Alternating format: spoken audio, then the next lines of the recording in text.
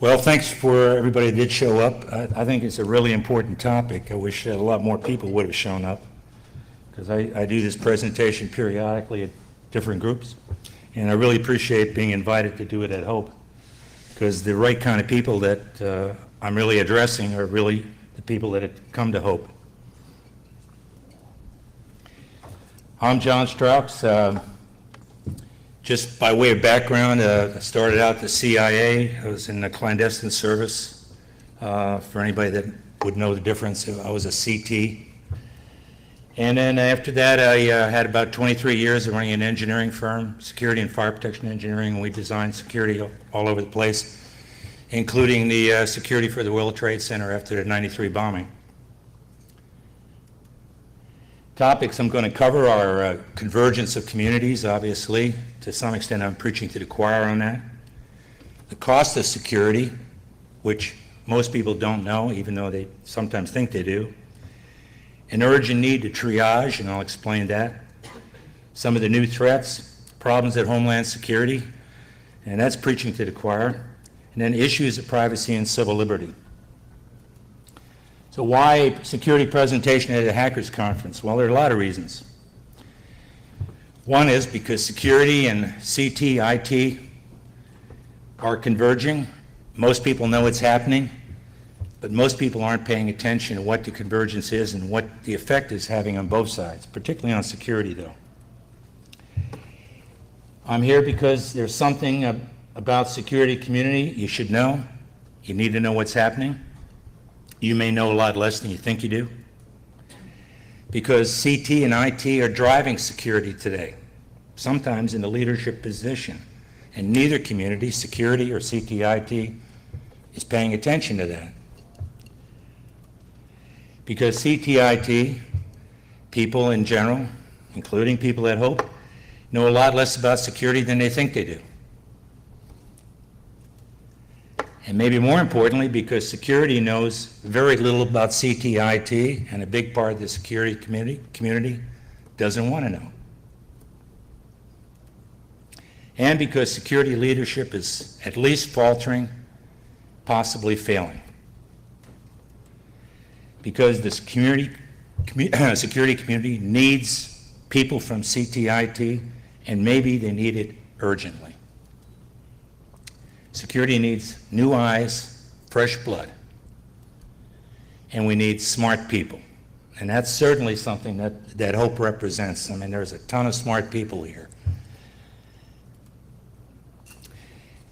The impact of everything that I'm talking about and everything that's changed started with 9/11.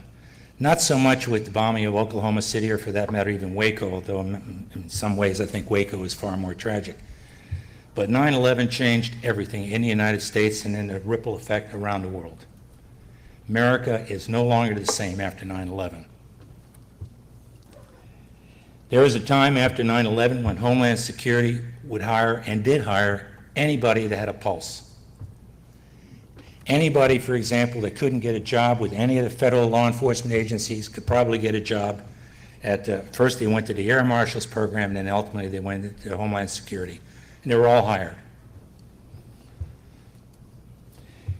There's something called Kaplan's Law. This is a Ukrainian philosopher that published a lot in the 60s. And he said, give a small boy a hammer, and pretty soon everything he finds requires pounding. My variation is Strauch's Law.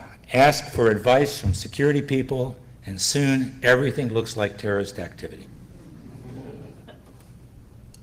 That's my friend Osama there in the booth, guard booth. And for the contrarians that aren't convinced, just think, I mean, my best example is Cat Stevens. The guy's a musician. He unfortunately, from his point of view, I guess, or America's point of view, decided to become a Muslim. You know, believed in the Islamic faith, and was put on the no-fly list. As if we had to fear Cat Stevens. Can't find Osama, but we sure found where he was.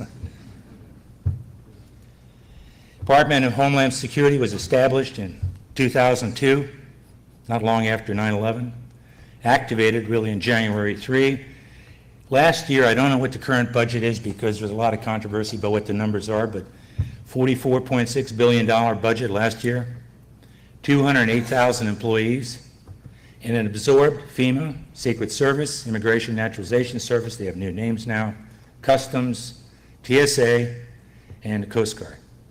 It's a big organization now. When DHS was building, the thinking was, and still is, that anybody with a prior experience in law enforcement or the military, particularly chiefs of police and admirals and generals, were security experts. And they're not. And the reason they're not is not that they're not smart people. Many of them are very smart people. But simply there's nothing in their job, in their employment, what they used to do, teaches them anything about security, whether you're talking about operational security or the mindset, or certainly not technical.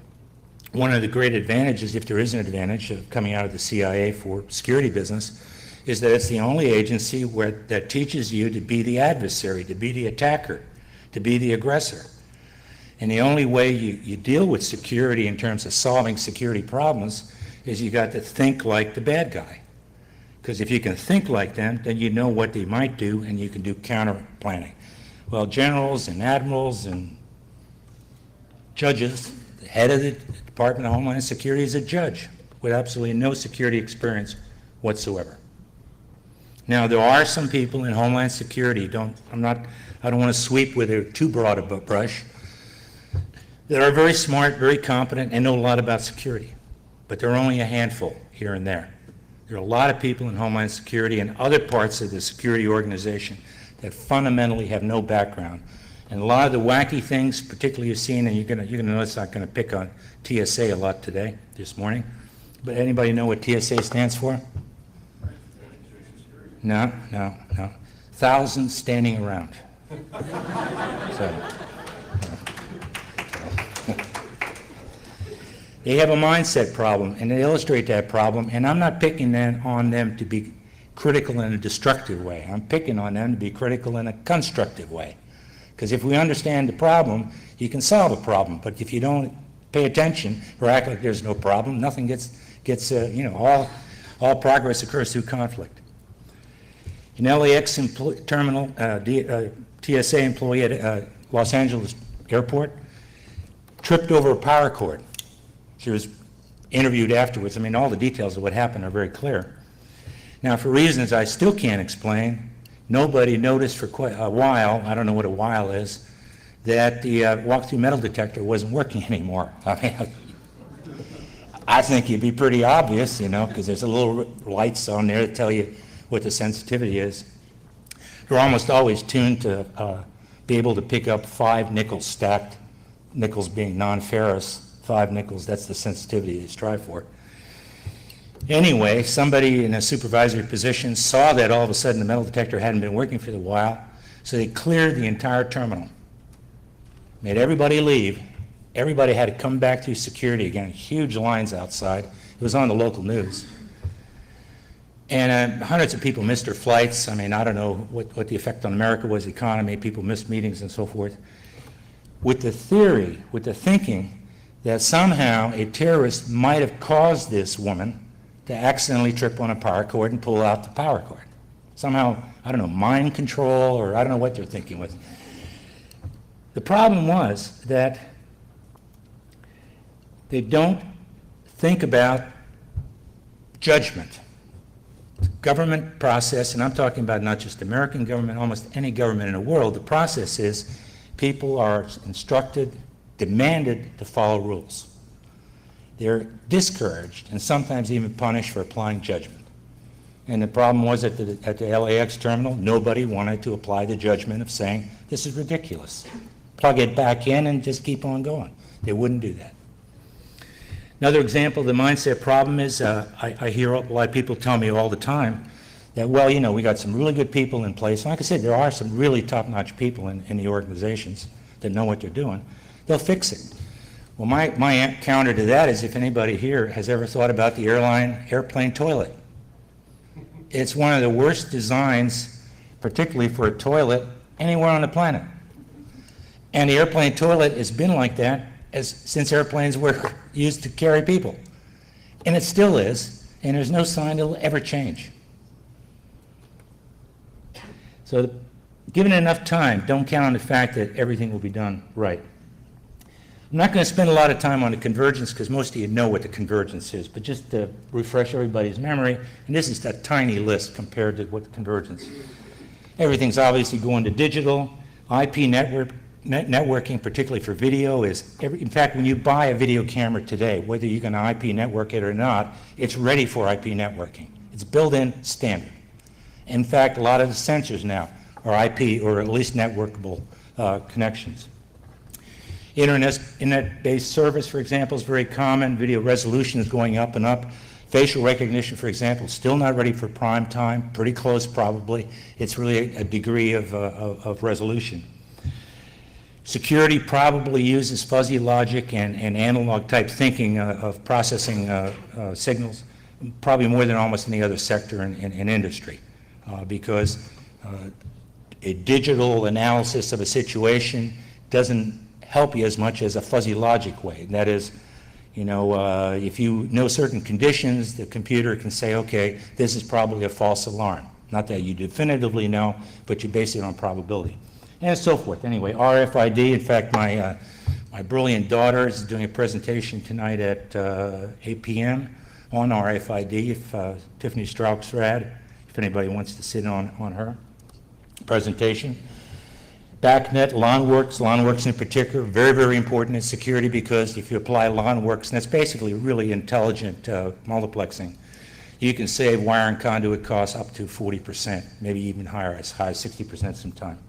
Nanotechnology and on and on. You know this stuff, but this is the convergence. What are the costs of security? Well, who knows to some extent. Costs are buried in odd budgets.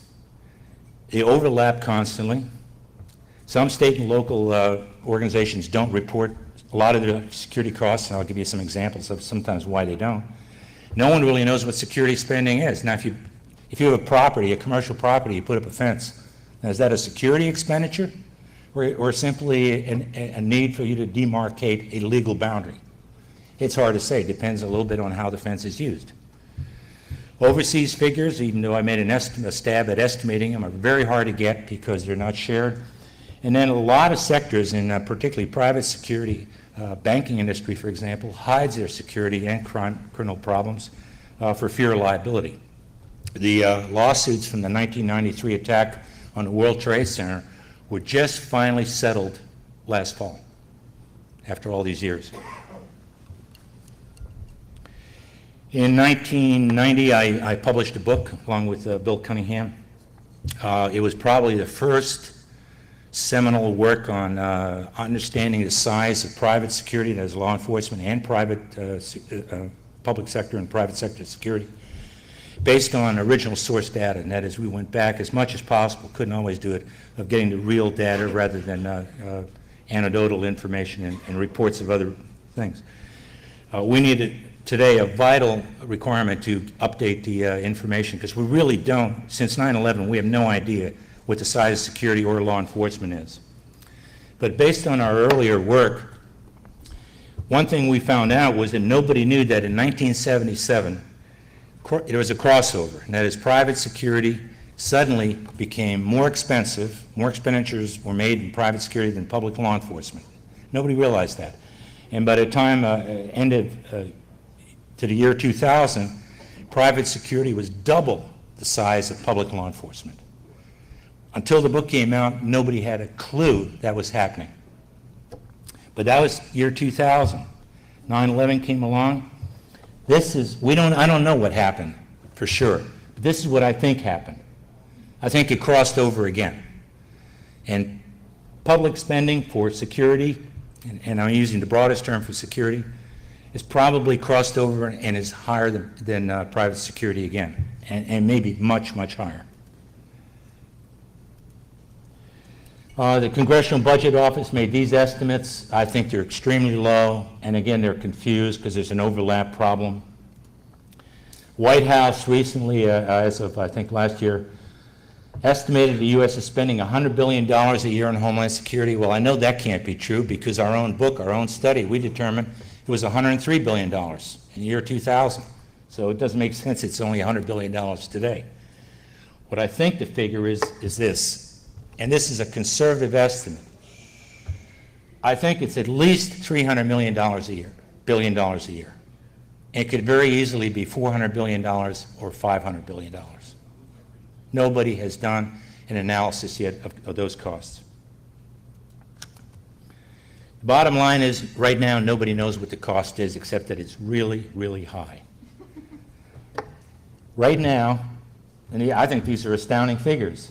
If you're talking about our legacy, particularly to our kids, right now we're at a rate of spending $1 trillion every 3.3 years on security, if you consider the global war on terrorism. With Iraq, we're spending $1 trillion every 2.5 years. $1 trillion. And another way of looking at it, for example, if you get away from the macroeconomics and look at microeconomics, typical federal office building for years and years costs somewhere between $102 to $116 a square foot. State Department facilities have been running and still run. They actually ran higher, but they brought it back down, $450 a square foot. But the recent U.S. Congress Visitor Center, which took into account 9/11 and all the post-9/11 security thinking and bomb protection, all that, ran up to $950 a square foot.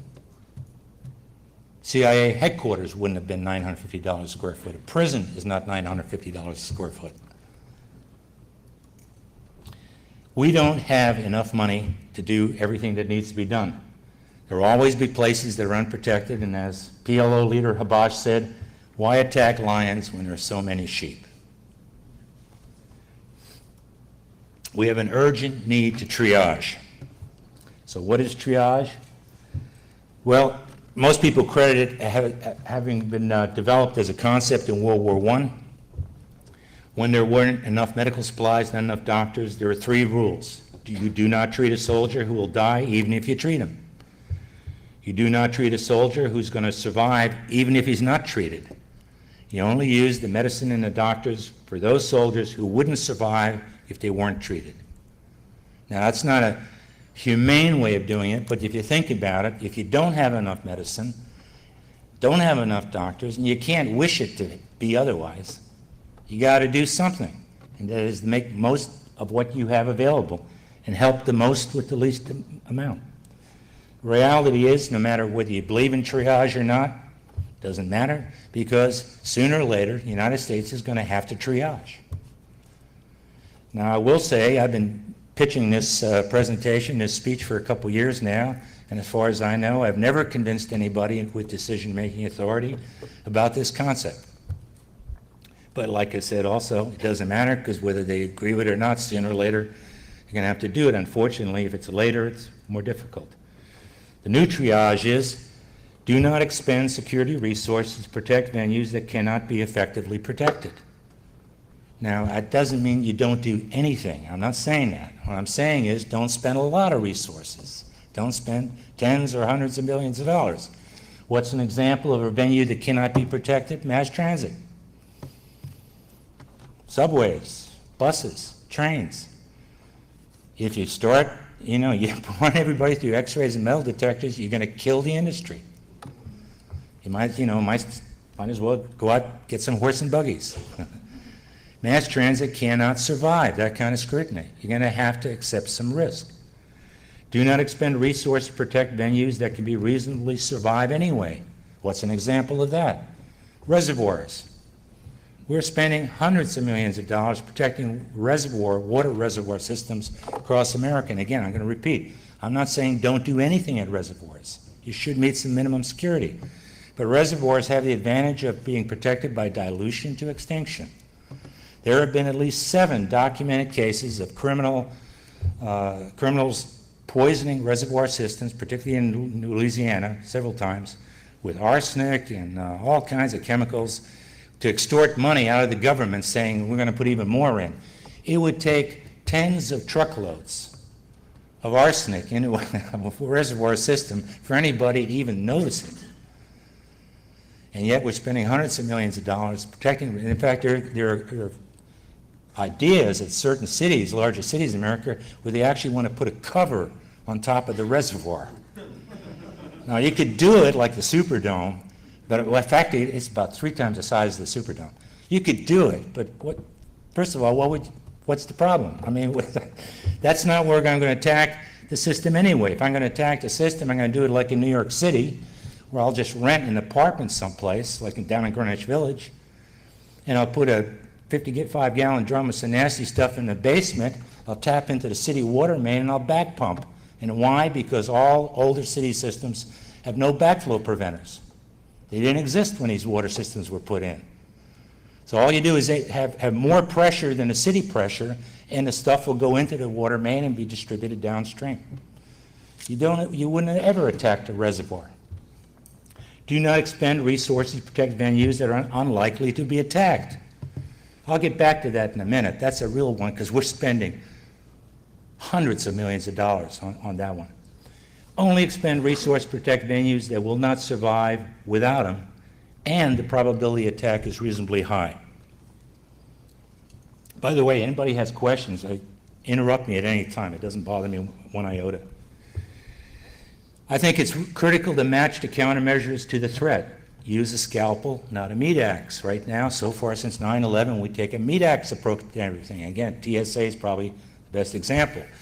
I don't know how many millions and millions of big propane lighters they've confiscated until they changed the policy. You know why they changed the policy? Decided it's okay?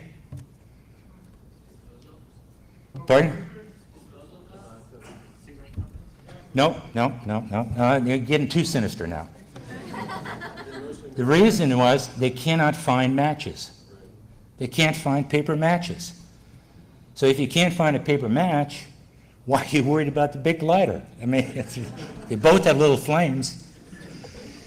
The other thing is, and this, I don't want to oversimplify it because I am oversimplifying it, but I've talked to TSA people. I know dozens and dozens of them, very well. And like one of them, I asked him, I said, well, have you ever seen C4 in your life? No.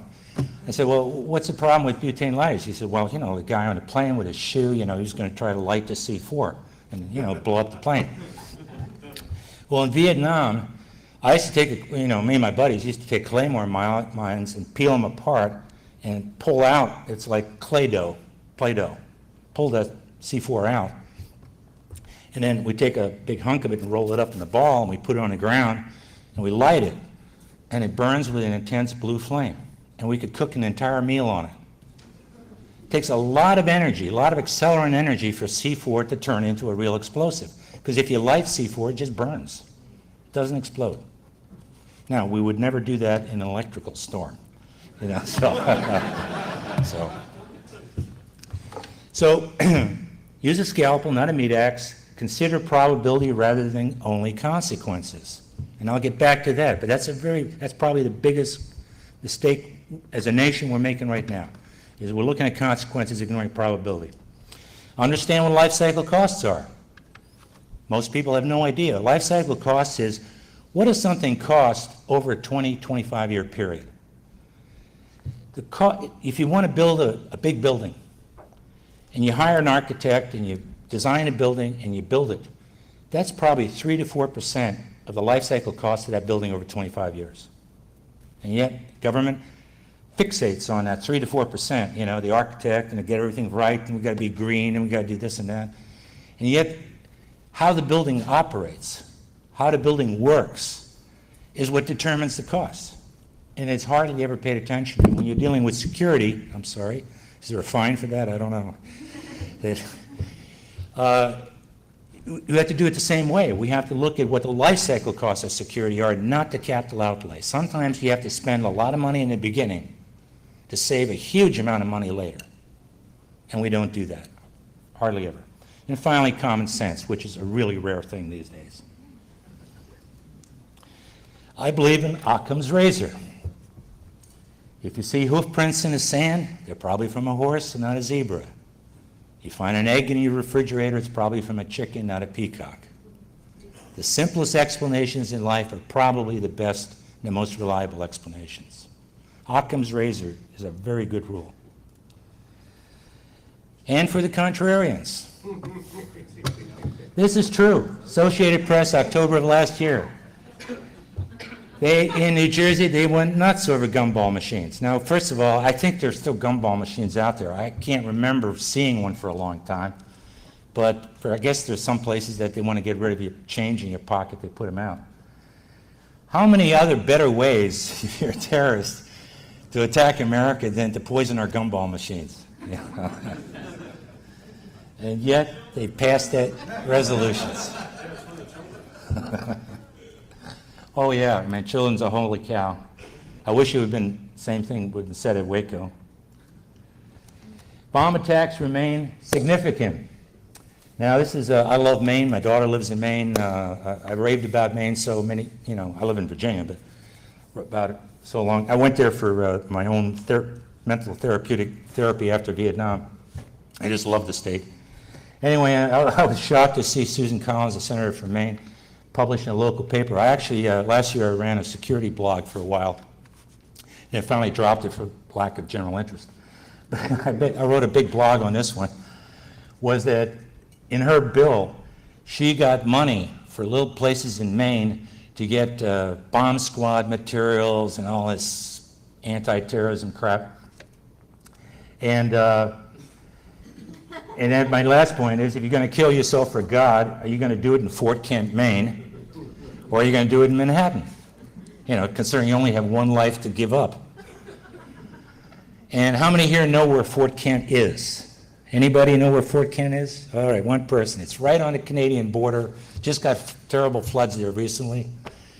No terrorist is going to go to Fort Kent, Maine to blow them up. It's a huge waste of money. I wouldn't give Senator Collins a nickel for anything in Maine. With one exception. Terrorists did go through Portland Airport before they started 9/11. And maybe the jetport in Portland, I'd make their security a little better. But poor prioritization from Homeland Security, I mean, it's you can read for yourself. It's legion. It makes no sense at all. I mean, to this day, some of all my data is about a year old. Unfortunately, it's hard to get new data. It doesn't make any sense. Right now, at least as of a year ago, they had identified 77,000 targets in America. In reality, I could probably narrow that list down to 20. If you think about it, put yourself again in the shoes of the terrorist, particularly if you're going to die. You're willing to die for it. What are you willing to die for? You're going to die for a symbolic target, like hitting the new World Trade Center, or something out of spectacular, Sears Tower, someplace, where you're going to kill a lot of people and do something. But,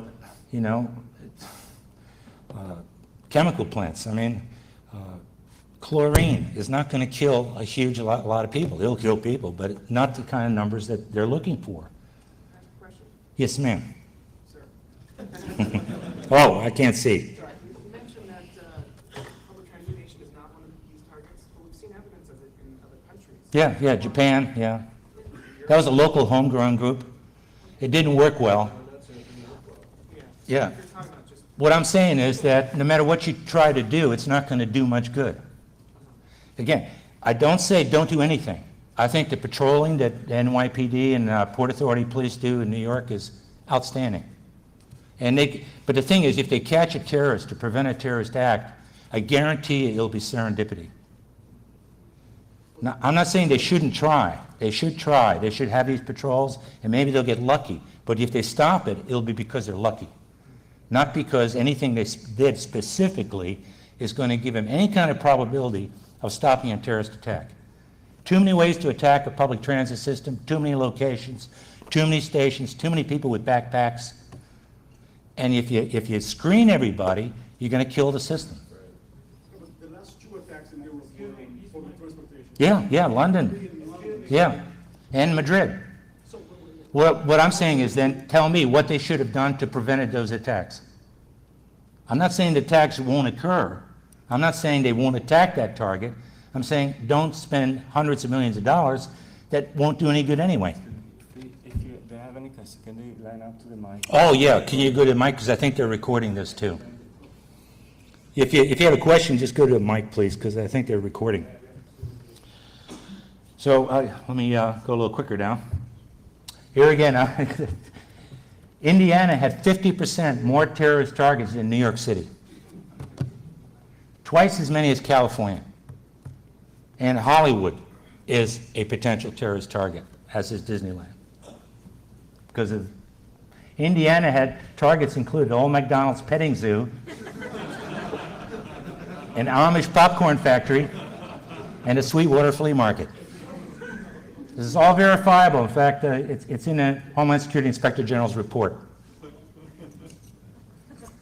I have a question. I'm sorry. Yes, sir. What efforts have been done within government to kind of open up this list of security concerns and have citizens help reprioritize? Yes. I wish I had more current data. I don't, but there's been an outcry. Senator Schumer, for example, for other reasons, particularly I didn't like the way he handled Waco. He's not my favorite senator, but he's doing a really, really good job of putting the Homeland Security feet to the fire, particularly complaining about the fact that Manhattan's not getting, in New York for that matter, it's not getting more money. So there is pressure. It has improved. Homeland Security is cutting down that list. I don't think the number is nearly as high as it is. But there's a lot of pork barrel politics still going on. I'm not accusing Senator Collins. I think what she intended to do was naive and ignorant, but she did it with good intentions. It's constituent driven. Yeah. I don't think in her case it was pork barrel either. I think she really believes what she's saying. She just happens to be totally wrong. No, but that's an important distinction, because there are some people out there that know what's right and still will do the wrong thing for pork barrel reasons, just to get money for their local constituency. Like Byrd out of West Virginia was probably the king of that stuff. He got federal agencies built in West Virginia. It's costing people a fortune now with gas prices high to commute. But anyways, Senator Schumer has done a really, really, really good job, and others, and it is improving, and they are taking the Amish popcorn factory off the list and so forth. So, I'm going to run out of time, so I'm not going to go through quickly. But for example, police dogs in Ohio had Kevlar vests. They had bulletproof dogs. Mason County, Washington bought radios that were incompatible with all the other frequencies they were using. That, by the way, is still a problem. D.C. government used Homeland Security money to tow cars because big source of their income is parking fines. So. All right, what are the new threats? I'm just going to touch on these because here again I think I'm preaching to the choir, certainly in the latter part of this, but I'm a big believer. This is one of my favorite books. It was written 500 years BC. Sun Tzu. You know the enemy, know yourself. You need not fear the result of 100 battles. If you know yourself, not the enemy, every victory gained, you will also suffer defeat. If you know neither the enemy nor yourself, you will succumb in every battle. And we need to think about the art of war when we're developing some kind of concept of Homeland Security. We need to understand risk. I testified at several times at Congress. This particular case was about closing a Pennsylvania Avenue. I was against it. I was testifying to keep Pennsylvania Avenue open. Secret Service won, I lost. But I was sitting next to the head of the Secret Service, and he was explaining to the committee all the things they're doing to protect the building we were in at that moment. And they are in progress, so they had fixed up 2 of the 4 sides, and then Senator McCain, maybe President McCain, stopped him. He stopped him mid-sentence. He says, "Now, you're not going to try to tell me if we're protecting 2 of the 4 sides, so you've reduced my risk by 50%, are you?" Because that's where he was going. In other words, he's saying the security is much better now in this building. No, it's not. Until you finish the job, it's like you never did it at all. Because who's to say I'm going to attack those 2 sides? I'll attack the other 2 sides. We have to think about the unthinkable, because generals, in particular, generals, plan everything based on the last great war they can remember. And almost all the anti-terrorist, counter-terrorist activity today is based on truck bombs, fertilizer bombs, and airplanes crashing.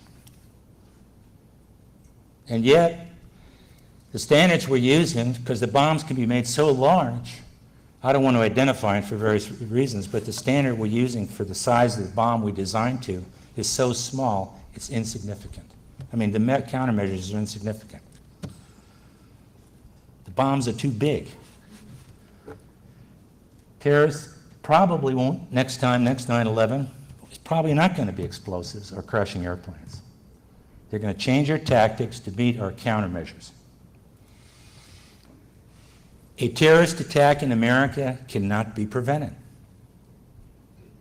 All we can do is sometimes have some influence on where it occurs, and maybe when. But we cannot prevent it. I wrote all the capers in Sneakers. Is there anybody, I don't know if you ever saw that movie. And by the way, there's nothing in Sneakers, if you copy, that will work. But the Lasker and Parks, who also did war games before Sneakers, got such heat from Silicon Valley for war games being inaccurate in terms of technology that they got me to collaborate with them, and we did Sneakers. I bring this up because this is the heart of some of the new threats. See if this works? The world isn't run by weapons anymore, or energy, or money. It's run by little ones and zeros, little bits of data. It's about who controls the information, what we see and hear, how we work, what we think. It's all about the information. I think Sneakers is still a great movie. You know, I just every time I go out to Hollywood, I still have friends out there. I keep talking about Sneakers too. The problem is everybody, River Phoenix is dead. Robert Redford's getting pretty darn old. So, but cyber terrorism, obviously, and again, I'm preaching to the choir, so I'm not going to spend a lot of time on here. But Al Qaeda is already using the internet as a part of their transnational operations. Attacks on SCADA can be devastating because no SCADA system in the United States, because no new SCADA systems has been developed, were ever designed for a lot of protection. Everything is kind of kludged on the back, hammered on the back. It's not part of the original design. I'm not going to read, but in fact, there are presentations on botnets here either today or tomorrow that are going to cover this. I'm not going to get into it, but it's a huge threat, potentially. Who's paying attention? Well, according to this quote, a quarter of all computers on the net may be used by cyber criminals right now. Beyond, computers and so forth, CBR agents, chemical warfare, biological agents, radiological agents. It's a serious, serious problem. There's a fiction, for example, that there's only two places in the world that smallpox exists. One is at the CDC in Atlanta, and I designed the security actually for that building. And the other is in Russia. When smallpox were regarded as no longer being a world threat in 1957-58, there was a huge outbreak of smallpox in the Middle East, I believe in Iran at the time. And everybody, every doctor, every hospital system around the Middle East went there and got samples of it because this was a very virulent form of smallpox resistant to treatment. Everybody kept those samples. And it wasn't for chemical warfare reasons. It was if there was another outbreak, they needed the samples so they could work on some kind of antibody for it. Well, those samples are still out there. If you wanted to kill a lot of people with smallpox, all you do is infect somebody and send them into Manhattan and have them walk around for a while. Everybody they touch, everybody they brush by, every place they've been, they're going to get smallpox. The Native American population in the United States, 50% of the population was killed off when the Columbus and subsequently people arrived in the New World, mainly from disease, including smallpox. Our best defense is an aggressive and vibrant intelligence service. The only way you can stop terrorists is to know their intentions. And while technical intelligence is wonderful, I believe as a speaker, Bob Steele yesterday, I heard him say, he said 4%, I say 2% of all intelligence is derived, that's useful, comes from technical intelligence. Everything else is derived from human intelligence, called human. And that is, the only way you know what the intentions of the adversary are is for the adversary to tell you. Or you're with them and you hear it. The next crippling attack may be in cyberspace. Our weakest defense is hardening against it. And I'm not advocating don't do anything.